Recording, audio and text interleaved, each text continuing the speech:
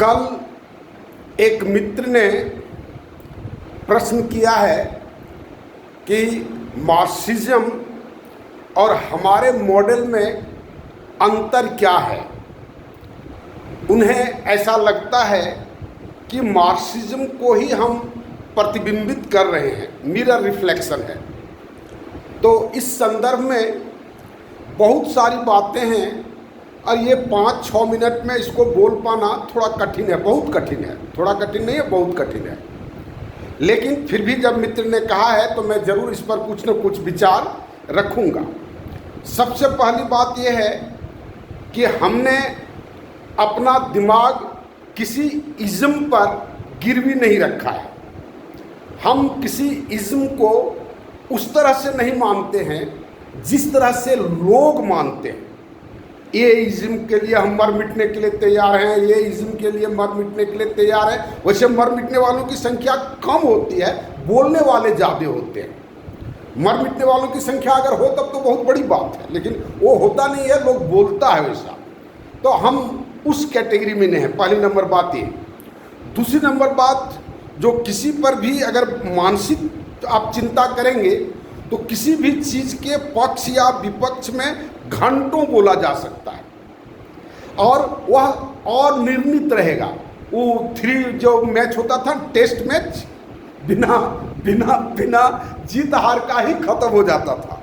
उसी तरह से ये सब जो विषय है, ये सब विषय और निर्णित ही रह जाता है। पूरा लाइब्रेरी भरा हुआ है दुनिया का, मार्क्सिज्म, समाजवाद, क्या क्या लोग कहता है, हम उस सब पर बहुत ज़्यादा ध्यान नहीं देते। दूसरी बात। तीसरी नंबर बात, अगर आप मार्क्सिज्म को पसंद करते हैं तो उसके पक्ष में बोलना आपको अच्छा लगेगा। अगर मार्क्सिज्म को आप पसंद नहीं करते हैं तो उसके विपक्ष में बोलना आपको बुरा लगेगा। ये मनुष्य का, इसी को कहते हैं जो हम अपने दिमाग को किसी इज़्म के यहाँ गिरवी रख देना। हम वैसा नहीं, हमको उसका पक्ष में बोलना बहुत, चूँकि हम टीचर रहे हैं, हम स्टूडेंट को डिबेट कराएं, वो संस्कार हमें है कि डिबेट में एक व्यक्ति पक्ष में बोलेगा ही, एक आदमी विपक्ष में बोलेगा ही, है ना। तो वो डिबेट कराए, इसलिए हम वो किसी भी तरह का हम पूर्वाग्रही नहीं है।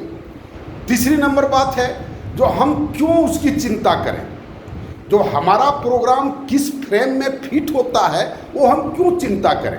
क्योंकि आज का मनुष्य अतीत के मनुष्यों से काफ़ी भिन्न है।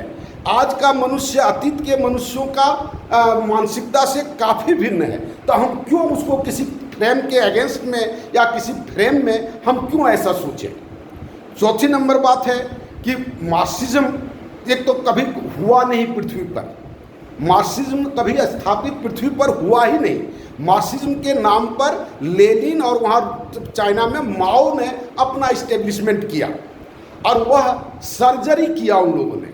सर्जरी मतलब जिस तरह से हम अक्सर कहते हैं कि सांप का केचूर नेचुरल वे में निकल जाता है तो सांप चकचकाता हुआ दौड़ता है, अगर उसका छिलका उतार दें हम सर्जरी करके तो सांप मर जाता है।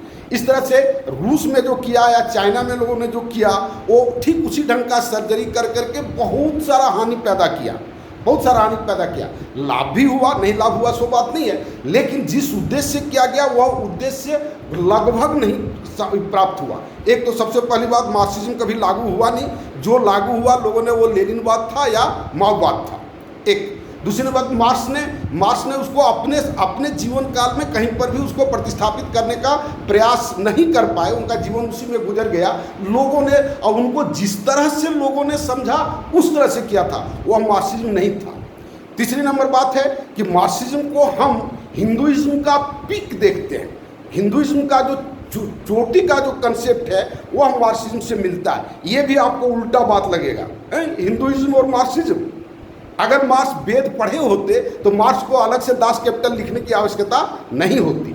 वो शायद पढ़े नहीं या पता नहीं क्या बात था, क्योंकि वेद के बारे में रिसर्च हमारे यहाँ पर कम हुआ। वेद का रिसर्च विदेशों में जाते हुए, पता नहीं जर्मन का मैक्स मूलर था और मार्क्स भी जर्मन का ही थे, अब पता नहीं उसका कैसे हुआ, फिर से अलग से उन्होंने लिखा। और क्या लिखा, हम पोस्ट ग्रेजुएट हैं, दास कैपिटल को हम डायरेक्ट बुक को पढ़ने का चेष्टा किए तो हमारे समझ में नहीं आया। ये माथापच्ची है, एक बौद्धिक क्रिया है, हम उसमें उलझना नहीं चाहते हैं और कभी किसी भी व्यक्ति को उलझने का प्रयास नहीं करना चाहते। हमको ऐसा, हमारी जैसे जैविक क्रियाएं हैं, भोजन है, पाचन है, उत्सर्जन है, श्वसन है, प्रजनन है, ये सारी क्रियाएं तो सब लोग करता है, चाहे वो कम्युनिज्म का मानता हो, चाहे वो कैपिटलिज्म मानता हो, चाहे वो समाजवादी मानता हो, क्या नहीं करेगा। कहीं क्या वो जो कम्युनिस्ट है वो मुंह से खाता है, क्या हम मुंह से खाना बंद कर देंगे उसके विरोध में? ऐसा नहीं होता। बहुत सारा ऐसा बेसिक चीज़ है, अगर दिमाग को खुला रखेंगे तो कहीं पर भी कोई कंट्राडिक्शन डेवलप होगा ही नहीं। कंट्राडिक्शन एक जैविक, हम अक्सर ये शरीर और ये समाज दोनों को समान रूप से हम देखते हैं। वेद में भी उसी ढंग की बात है, वेद में भी हमारे शरीर को ही समाज का रूप लोगों ने माना है। और इस तरह से अगर आप देखेंगे तो बहुत व्यापक रूप से चिंतन करने पर ये सारी छोटी छोटी बातें दिमाग से हट जाएंगी। मूलतः व्यक्ति को भौतिक चीज़ों की आवश्यकता होती है और भौतिक चीज़ों की व्यवस्थित करना वो समय समय पर परिवर्तित होते रहता है। यह कंटिन्यूअस प्रोसेस है, इसका एक फ्रेम या स्टैटिक प्रोसेस बनाने का प्रयास करना फिजूल का प्रयास है, ये हो नहीं सकता। और उसी के चलते इतना तरह का अंतर संघर्ष है। और इन सारी बातों को आप ध्यान में रख करके हमने माई न्यू सोशल सिस्टम बनाए हैं। प्रयोग करेंगे, आगे बढ़ाएंगे, कमी को दूर करते हुए आगे बढ़ाएंगे। ऐसा नहीं कि एक ही बार में पूरे राष्ट्र को झोंक दें और जबरदस्ती अपनी बात को मनवाने का हम प्रयास करें, ऐसा हमारा नहीं है। इसलिए हमने बार बार एक छोटा सा गांव, एक पायलट प्रोजेक्ट डेवलप करने का बात किया, ताकि वहां पर हम देखेंगे कि कौन कौन चीज़ अनुपयोगी हो गया। नेक्स्ट जब पायलट प्रोजेक्ट बनेगा तो उसको हम लोग दूर करेंगे। और इस तरह से बार बार प्रैक्टिकल करना और एरर को दूर करते हुए समाज को ले जाना है, हमारा ऐसा कंसेप्ट है। इन सब बातों को ध्यान में रखते हुए हमने माई न्यू सोशल सिस्टम बनाया है। उसको आप देखें, पूरी संपूर्णता में उसको देखें, गंभीरता से हम देखें। आपको बहुत सारा, आपको कम्युनिस्ट का या मार्क्सिज्म का इसमें एलिमेंट मिलेगा, हिंदुइज्म का आपको एलिमेंट मिलेगा और उसका विरोध में भी मिलेगा। उन सारी बातों को देख करके जितना जल्दी हो मेरे साथ आप जुट कर इस काम को प्रारंभ करने में मदद करें। धन्यवाद।